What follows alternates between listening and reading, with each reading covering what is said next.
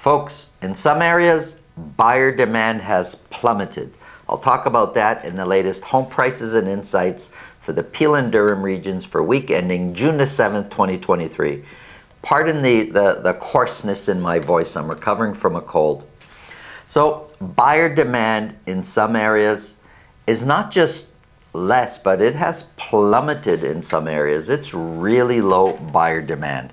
And there's going to be people that are just going to make a ton of mistakes through this market shifts. And I could tell you from personal experience, last year at this, well, not at this time, last year, February, March, when demand just changed. Well, we saw it. We saw it with our listings. We just a couple of weeks prior to demand dropping, we were having, in a span of 4 or 5 days, we were having 30, 40, 50 showings on our properties and getting top dollar. Demand shifted, and now in that same time period, we were getting 2, 3, and 4 showings.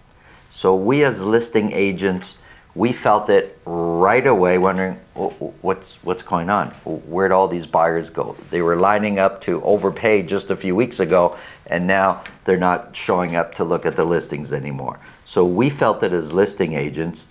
Our seller clients, they felt it too. They were like, well, what's going on? How come there's only 2 or 3 people coming in a span of a week to look at my house? So these were situations that were happening. I'll tell you who didn't know that the market shifted. Those 2 or 3 or 4 buyers and that actually showed up to go to the showings. They didn't know the market shifted. We knew as listing agents, but the buyers coming in didn't know, and their agents didn't know. How do I know they didn't know? Because out of those 2 or 3 or 4 people, buyers coming in, we still sold the homes at prices that were equivalent to what we were selling them at before the market shifted. We were still getting top dollar for those properties. They didn't know. Those buyers were coming from a frame of mind where 1, 2, 3 weeks prior, they were competing on properties, they were losing out on offers, they were losing out on multiple offers, and so they just kind of going along, they see a house, they almost found it as a lucky break that they could put an offer in, there was no competition, and they were ready to lock in that price high and lock it in and get it by without competing. So they kind of thought they were in a lucky position, but they paid probably more than what they should. And the same thing is going to happen here. If you as the buyer, you don't know that demand is down, you're going to overpay. And you're relying on your realtor. If your realtor doesn't know, how can they properly advise you? How can they properly guide you through the buying process if they don't know that demand is down? Well, I'm telling you, there's going to be many buyers in this market right now where demand has shifted, and shifted aggressively in some areas. Many buyers jumping in thinking, oh, this is lucky, we're not competing, but they're going to pay more than what they should for the property. Who you hire matters, and it really needs to be somebody, you should be working with somebody who has their finger on the pulse, that is not influenced by say what the media is saying, but what's really happening in the field. Because this demand, this drop in demand is not yet depicted on the charts that I'm about to show you, but it's happening. Who you hire matters. If you get value from this video, please subscribe. If you think this video can help somebody you know, pass it along. If you want to speak with me about your real estate situation, selling, buying, below this video, there's a link to my calendar. Click on that, book a time that's convenient for you, and we'll talk about whatever's on your mind. Let's get into the numbers.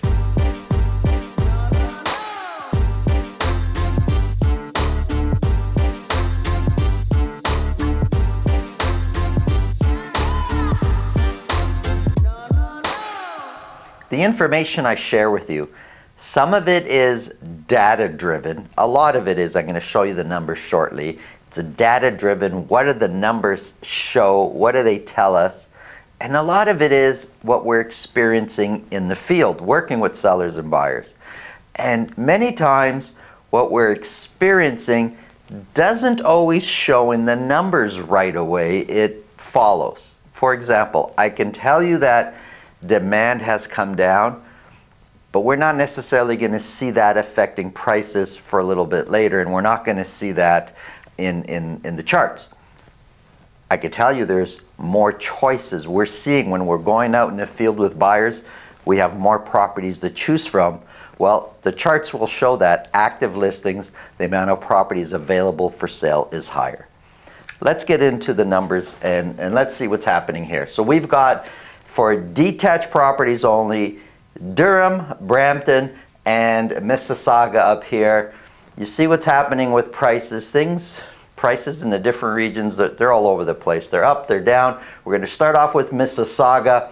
60 detached properties were sold in Mississauga for week ending June the 7th, which is down from the previous week. The amount of property selling at $2 million or more, however, more than doubled from the previous week. We sold 15 properties at $2 million or more. And for sure that's going to have an effect on average sold price. Average sold price shot way up to $1,696,000. So you could be thinking, wow, my home value just went up in Mississauga. That would probably be the wrong conclusion to go to. This average sold price is really affected by the amount of properties selling in the luxury space. Average sold price is 1,696, but if we take that as the new average sold price, well, compared to the peak pricing, we're 14% lower, which is $273,000 lower than peak pricing. But that was a long time ago. Let's look at how far up are we from the low. Our low pricing was in October when we had the lowest average sold price at $1,696,000. We're 22% higher than when the price was at its low point, which equals $305,000 higher than when Mississauga had its lowest prices of detached properties. 1,696 is 6% lower than where the average sold price was a year ago. The median price is 1% lower. Now if we look at the dotted line is a 4-week moving average. We can see prices have been going up, and the last 3-4 weeks they may be even trending down a bit, but now they jumped up this week, so we'll see how all that plays out in the next few weeks. But over the last, say, 4 or 5 weeks, prices have either been flat or trending down a little bit. Of the 60 that sold, 57% sold at list price or more. Listings, we listed 136, and here's where we see active listings. Active listings are the properties that at the end of the week remained for sale, that never actually got sold. Well, for week ending June the 7th, there's 370 detached properties in Mississauga that have remained unsold, which is the highest we've seen in a long, long time. And active listings each week seems to be getting higher and higher and higher. Months of inventory climbed up. We're sitting at 1.4 months of inventory right now. Here's Brampton. 66 detached properties were sold. That's down from the previous week. No properties sold at $2 million or more. I'm wondering what happened, because usually, there are some weeks where we don't sell any, but usually there's 1, 2, or 3, but no properties sold at $2 million or more. Average sold price plummeted to $1,226,000. 1,226 is 26% lower than when we were at our peak pricing, which is $428,000 lower.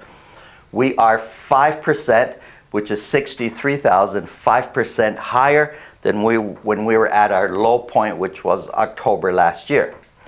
1,226 is practically where the average sold price was a year ago. It's rounded, it's 1% less than what it was a year ago. Median price is also 1% less. And for months, average price and median price have been trending up.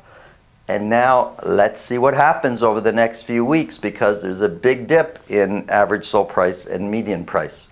Of the 66 that sold, 76% sold at list price or more. So that's way up from the previous couple weeks, and that number kind of doesn't make sense. Active listings, way up. 429 active listings. So there's far more choices out there, yet more and more buyers there's more properties selling at list price or more. That kind of doesn't make sense. And sometimes the buyers and their agents, the buyer's agents, are the last ones to kind of know that, hey, demand has shifted. There's more choices. You don't have to go in with guns a-blazing and outbid everybody. You can negotiate on some of these properties. They just don't, because they're carrying their previous experience of a few weeks ago where they had to compete with everybody. They're carrying that over to where the market has now shifted. Months of inventory is steadily increasing. We're sitting now at 1.5 months of inventory.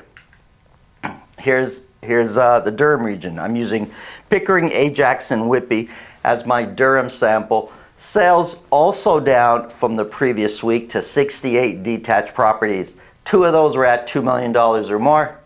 Average sold price is up to $1,285,000.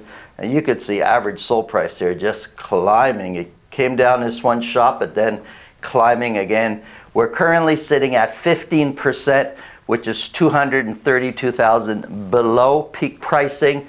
But we are up 18%, which is $195,000 from our low point, which was November last year. Compared to last year, we're 1% lower than last year's average sold price.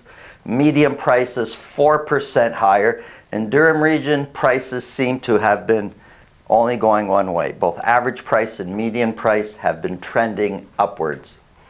68 were sold, 69% came, which is much lower than before. 69% have sold at list price or more.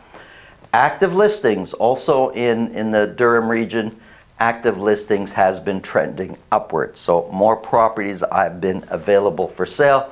Months of inventory sitting at 0.7. Here's condos. This is for all of Peel region. 22 condos were sold for week ending June the 7th. I put a question mark there. You know, what happened? Previous week was 51, 49, then 53. Like, we've been in the 50s for the last 2-3 months. 22 sold in 1 week is extremely low. So 22 were sold.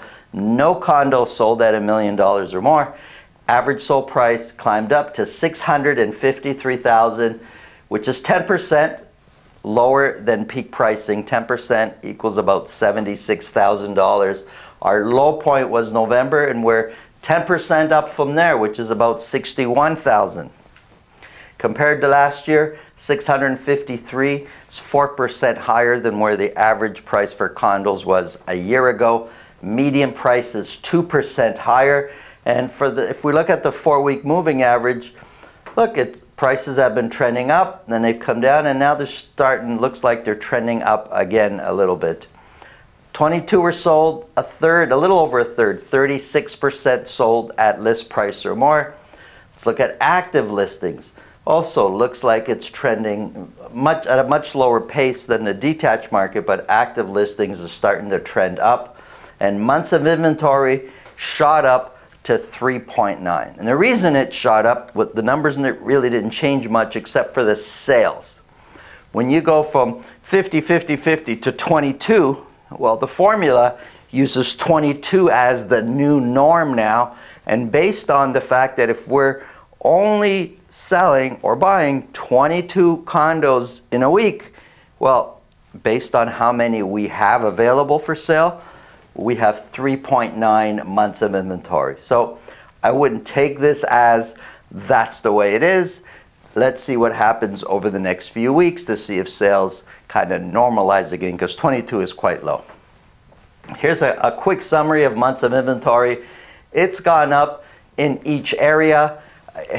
Look, if demand comes down the way we're seeing it in the field, it's only a matter of time. If it continues to stay low or get lower, It's just a matter of time where months of inventory eventually comes up everywhere. Prices tend to come down. That's just the way the market behaves, assuming demand is down. And there's lots of reasons why buyers have backed off. If you think this video can help somebody you know, please pass it along. Thanks for watching. Have a great day.